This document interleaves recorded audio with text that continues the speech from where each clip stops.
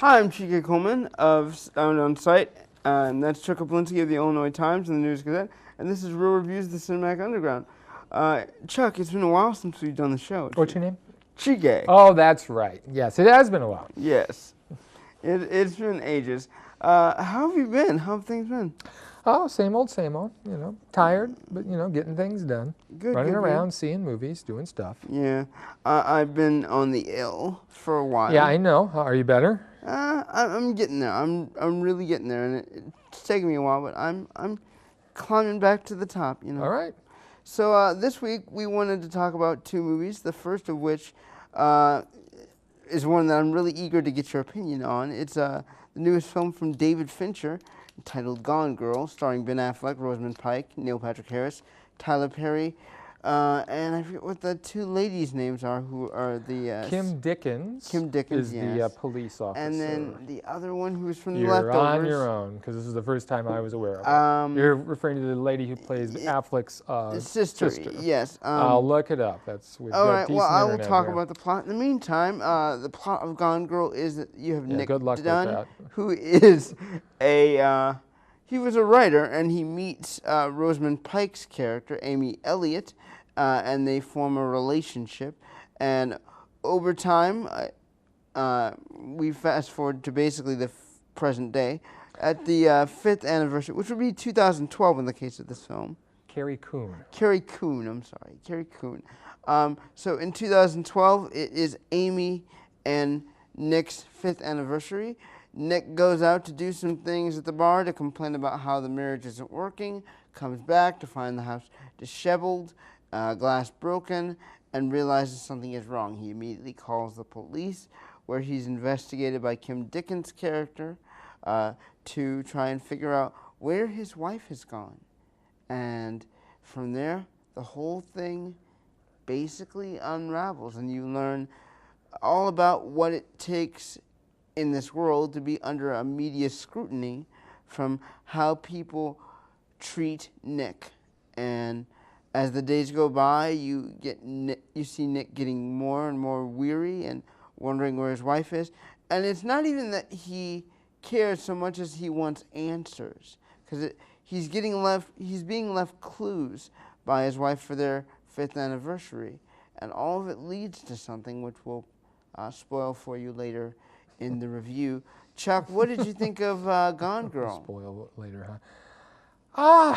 I really liked it. I liked it a lot because it works on many different levels. Basically, the movie is about identity and how we see ourselves, but more importantly, how others see us. Yeah. It's also a screed against marriage and relationships as well. Because one of the things that they talk about as far as identity is concerned is how we present ourselves to a potential partner or mate, and how we often put forth our best self to them. We make sure that we, get the haircut, and the teeth are brushed, and the clothes are fine, and and that we are witty and smart right at the beginning.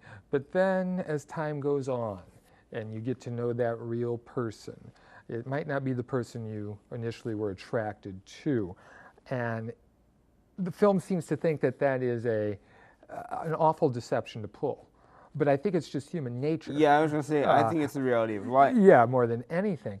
But I think that is the reality of marriage, though, too. Marriage is probably the chief killer of romance. More than anything, because you really get to know that real person, and you may not like what you see. Right, you might not like that, and as you say, this whole media circus that surrounds the Ben Affleck character, his identity is put under the microscope as well. He's seen as the bereaved husband, and he's seen as the asshole. Well, yeah, and then he's seen as perhaps the guy who killed her when she doesn't show up after a couple of days.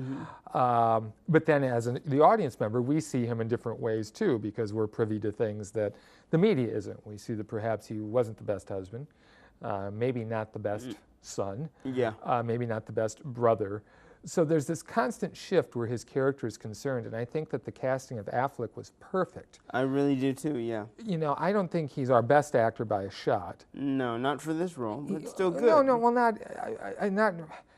I think he's a good supporting actor, and that's where he should relegate himself. He's good looking, but you would never call him charismatic. Yeah, and I have a question for you about this. Well, but it seems as though I think he was cast because he's kind of a blank slate. Yeah. And you can project all these different identities on him, and they all kind of fit because there's really not much there. My question, I have several things I want to say about this. First, I took it from a slightly different angle than you did, but came to the same conclusions. I saw this movie as the story of manipulation and perception, how we fool ourselves into thinking that the people that we're in love with are these perfect, unbreakable, invulnerable human beings who we can build our lives around. And ultimately, this film shows us the consequences of what happens if you try to build your life around someone, especially in the case of Amy and Nick. Well, and when you do that, it shows that there's something missing within you. Yes, exactly And my we point. certainly find out that about her. Absolutely. And I was going to ask you, would this film have worked if you chose younger actors? No. Like, for example, if you said, here, I want Ryan Gosling and I want Rachel McAdams, would this have worked? No, I don't think so, and I think I see where you're headed with this. I think you've got to be around the block a few times. You have to have had a couple of relationships in order to reach the point that these two are at. And the thing is, I think I'm trying to figure out in my mind here what the breaking point of their marriage was. Was it that she felt used a tool that was used every once in a while by Affleck when she got to marriage year 3? Because you do see that scene where Affleck just does what he wants and then leaves, and it's a very cold, somber relationship, kind of broken, really. Mm-hmm. And I want to know, in her psychosis, what caused her to want to leave. Yeah, good luck trying to figure that out. Yeah, and that is one of the mysteries that's of the film. the real crux of the mystery of the film. I don't know, for me it seemed to be the scene where she comes in and he's playing video games. And it's almost as if he's Mr. Self-Pity at that point. Yeah. You know, oh, well, I can't do this, and you don't trust me with the money, blah, blah, blah. Right. You know, oh, woe is me. I think at that point, that was a big thing for her because she wants the confident guy that she fell in love with, the capable guy. And the thing is, he doesn't know how to be that now. You're hit so hard by the recession that you don't really know how to pick yourself up. Right. And then, of course, when he has to go home to take care of his parents, you know, he's back to where, you know, when you're back in your hometown, you can't help but be reminded of what you were. What you were and what you became, and whether what you became was what you actually wanted to be. Well, I think you're more in tune with what you were, so then it's harder to put forth that image of what you became. Yeah. You know, and he can't do it at that point. He can't do it, and there's no faking it in front of Amy, and there's no faking it in front of the people of the town either. But to answer your question of when does the affection or when does the attraction wear off with her, I think you need to go then forward to the film, in the film, where we obviously see her attraction to him begin again. You know, because she suddenly perks up at one point. Yeah, at one point in the film. She sees him acting in a certain way again, and all of a sudden it's, whoa. So it's obvious what she wants from him. I don't think he has the energy to put forth that image all the time anymore. Yeah, and I think as disheartening as that sounds, given the circumstances of what actually happens to Amy, you can completely understand why he wouldn't want to put forth the effort. Oh no, you're done. You're done. Well, you know, and that's interesting because at the beginning of as we're going through the film, it's obvious that the whole intent, the whole statement it has about marriage is that it's a trap. Yeah. But he doesn't realize how much of a trap it can be until the end. Yeah, until he's completely trapped. Yeah, he's like, oh, there's no way out of this. Yeah. I have to be a part of this now. Yeah. And the people surrounding him are like, why would you? Right. And he's like, because I have no choice. You have no idea. Yeah. You have no idea what nightmare I'm in. And how many times do you hear, you know, that, well, why don't you leave the guy? Why don't you leave her if she's no good? And you see people stay. And you just, you know, I've often said that in a marriage, no one knows.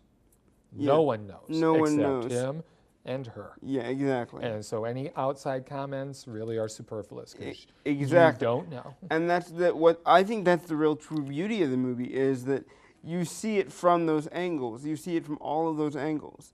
And I want to talk about the supporting cast for a minute because Excellent. I really think they're exceptional, including, even though most reviewers don't like this person, Neil Patrick Harris. He doesn't get a lot to do, but I still think he's strong in what he does do. Of the supporting people, I liked him least, but as you say, for the role he has to inhabit, yeah, he's perfect. Who did you like the most? Oh, I thought Tyler Perry was great. Yeah. He was just fantastic. I mean, he needs to just do this. Yeah. Pop up in supporting roles in other films, because I thought he was very effective, very confident on screen. I thought he was the Johnny Cochran of the film. But he was. But at the same time, with Johnny Cochran, there was always a feeling of slime. Yeah. I didn't feel he was slimy. He was obviously very smart. Yeah. And he would do anything to get him out of the situation, any client that he had out of the situation they were in. But I didn't feel as though he was, I don't know, amoral. Yeah, I felt like he was very genuine. Yeah. And that's what made me, feel for his character when things started to go pear-shaped and he started giving advice and Affleck didn't want to follow it. Right. Yeah. There was one subplot in this film that if you cut it out, that I don't know. I'm thinking back on it now. Maybe you need to keep it in. But the subplot involving someone else we meet in the film that has a relationship with Nick.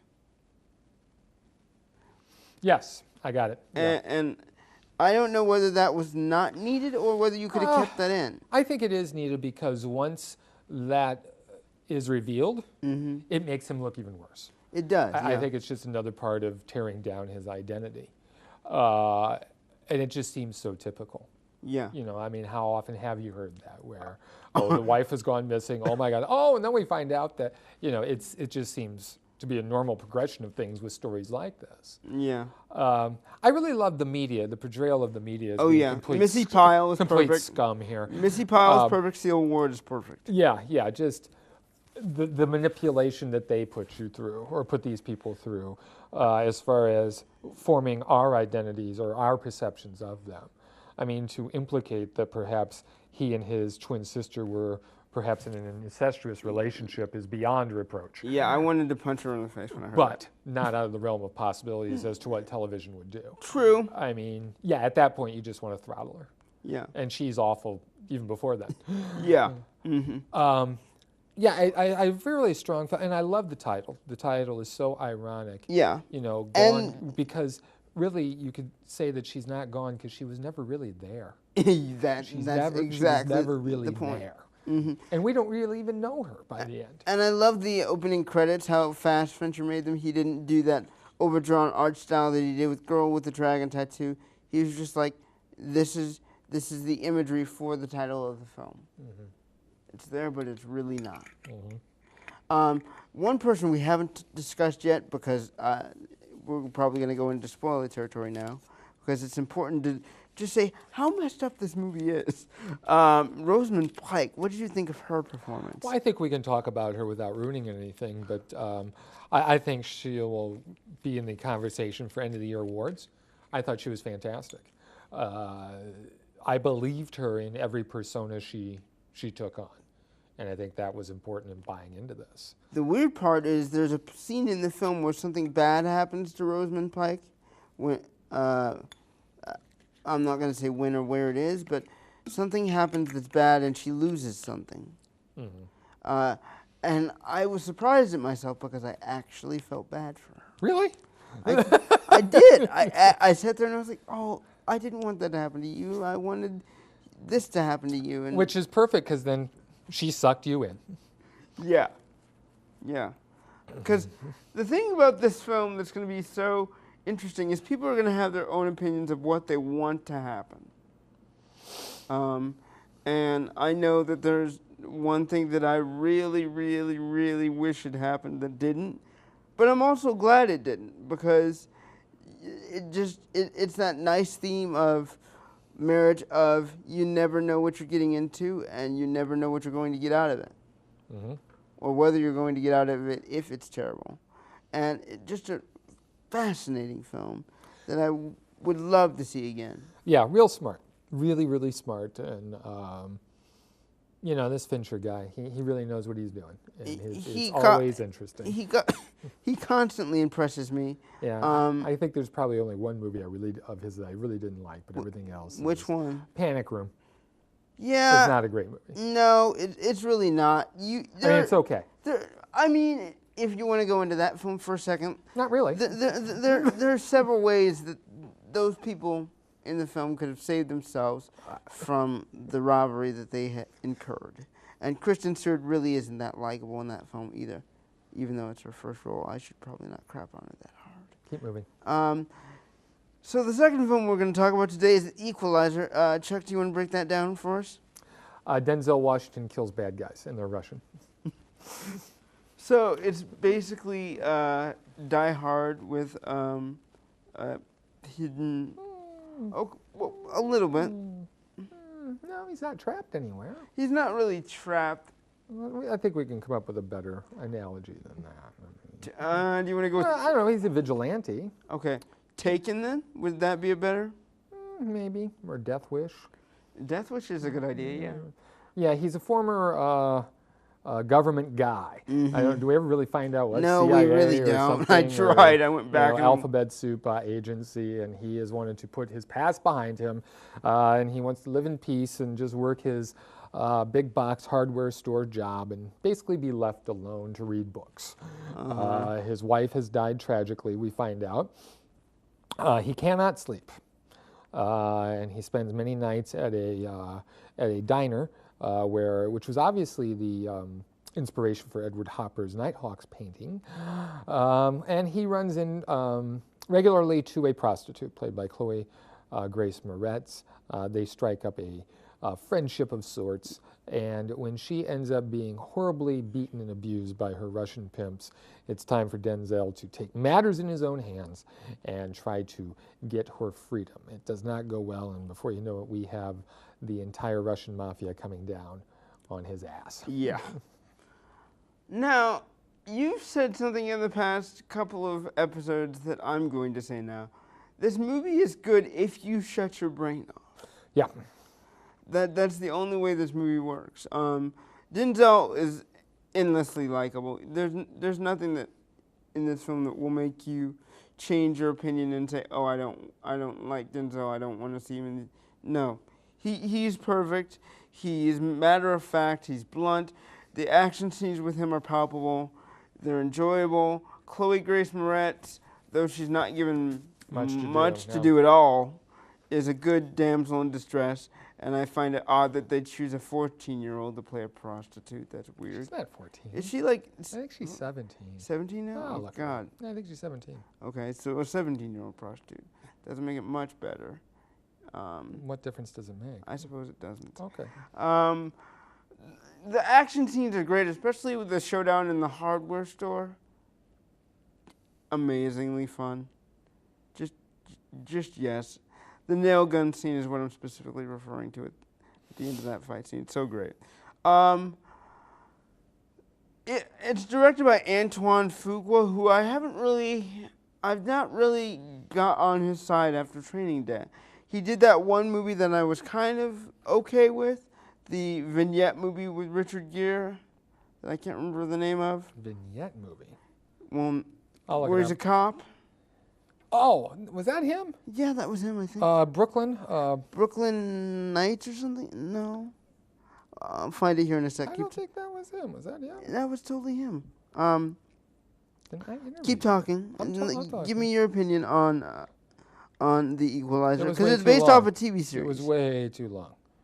Movie was way too long. It dragged for me in parts. This movie is 2 hours and 20 minutes. There's no way that movie should be 2 hours and 20 minutes. Brooklyn's Finest.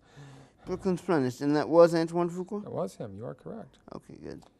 Yeah, he's been up and down. He made Bait with Jamie Foxx, a movie I liked. Yeah, Bait was okay. Then Training Day, Tears of the Sun with Bruce Willis, which I did not like.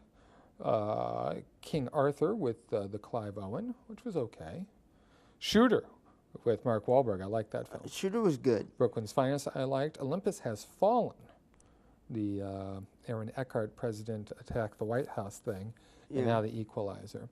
Yeah, I think my biggest problem is that the film is just way too long. I mean, we've been here before. Yeah, we've I mean, seen this material we've seen again this and again and over again. and over again. We should do so. If I'm that familiar with it, we can't be languishing. We got to move, move, move. And Yeah. that was I ended up getting bored with it. Even as you say, it was well done for a genre film. I ended up getting bored with it because come on, let's wrap this up. My whole thing is this. If you're going to do a film like that, give it a twist. We're about to come upon the third Taken movie with Liam Neeson, directed by yet another French director that Luc Besson somehow knows. And the twist in this third one, for those of you who like those movies, is that his wife is killed. Well, I mean, that's the only other thing we can do at this point. We got to kill someone. Exactly. I mean, we've taken everybody. Now we got to, kill someone. And so, like, there's no real twist. There's nothing to make me go, oh, I'm going to want to watch him take revenge on people over and over again. I've seen this done in TV series much better than I've seen it done in this feature film version of a TV show. TV series have done this much better. I have to say I like the first film. I thought the first Taken was good. Yeah, the first one was great.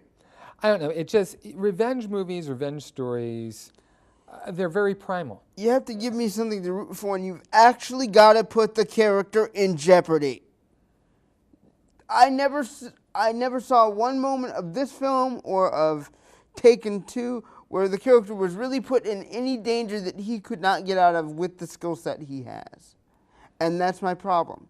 You need to put him in a situation where he's going to be more than just vulnerable. You need to actually put him into a point of injury. That's one of the things that I really like about the Transporter films, is that even though they're not really technically speaking a revenge film, they work really hard at putting, what's his name? No, I forgot his name.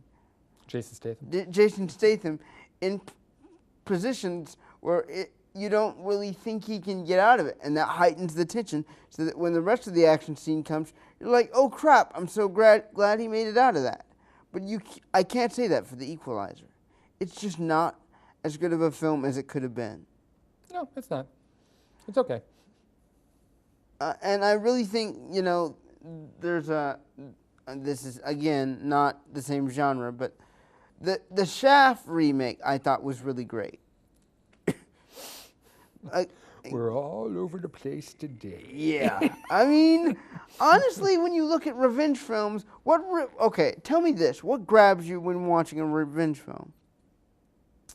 Well, I have to say, I think one thing that The Equalizer did well, to answer your question, is you've got to give me a good bad guy.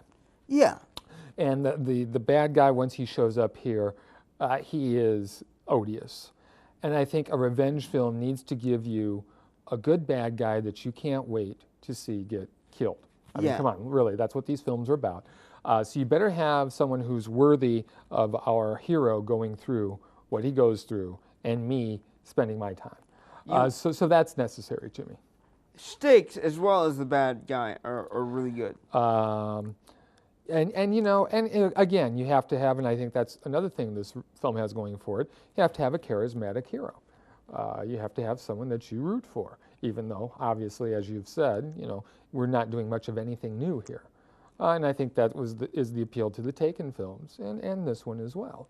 I mean, there's no question that these actors have it. And, we want them. Movie stars are interesting. And they're in a trap. I mean, we want them to do what we want them to do, and if they vary from that, then we stay away. It's like, and it's the same kind of thing with these sorts of movies. I mean, it would be interesting to go back and count how many revenge movies are made during a given year. Ooh, that would be an interesting what's the average here? There's got to be at least maybe 10, 12 a year? And the ones that work and mapping out how they work. Well, I think we've probably just queued on the two things that better make them work. Yeah. A big star that we like and a really bad guy. Yeah. And something that runs about 90 minutes. Yeah. Because like I say, we've seen it, so let's move. I mean, what was that flight movie that... Nonstop Nonstop. with Liam Neeson. That was a good film, even though it wasn't wasn't bad, yeah. really revenge related. I mean, but Yeah, well, that's just an action film. yeah, but you still had stakes and a bad guy that was palpable because you didn't know who he was among all the. It was cleverly done. That's what you're talking about, though. You need a twist of some sort, You and need that to at be least clever, had that. and that's the problem. Is that movie to me wasn't clever at all. Yeah, no, it's not. So, what films are you looking forward to in the coming weeks?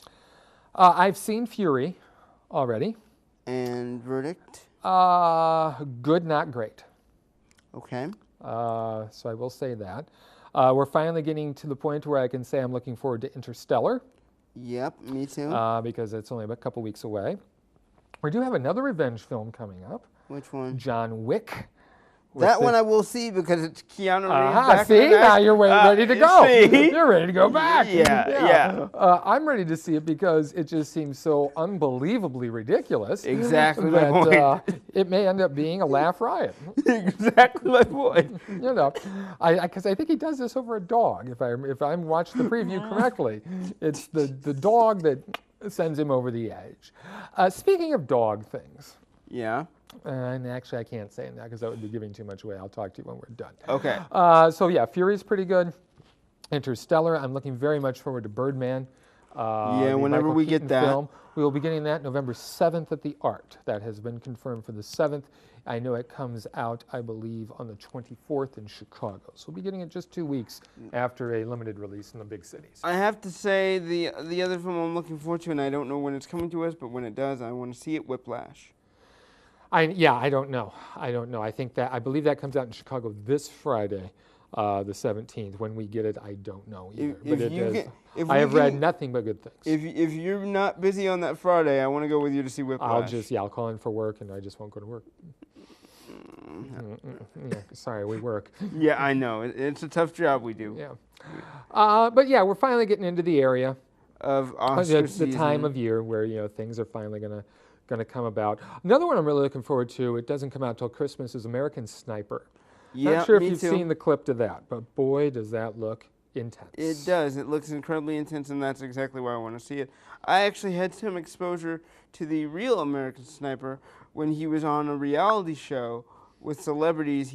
That was like one of the last things he did Before he died. Yeah. was to basically do something in tribute to the armed forces, where he worked with celebrities to put money towards their charities and whatnot. And he seemed like a very charismatic, laid-back guy for all the pain he had to endure and make others endure at the price of our own freedom. And a movie that couldn't be more different than the American Sniper. I want to see The Interview.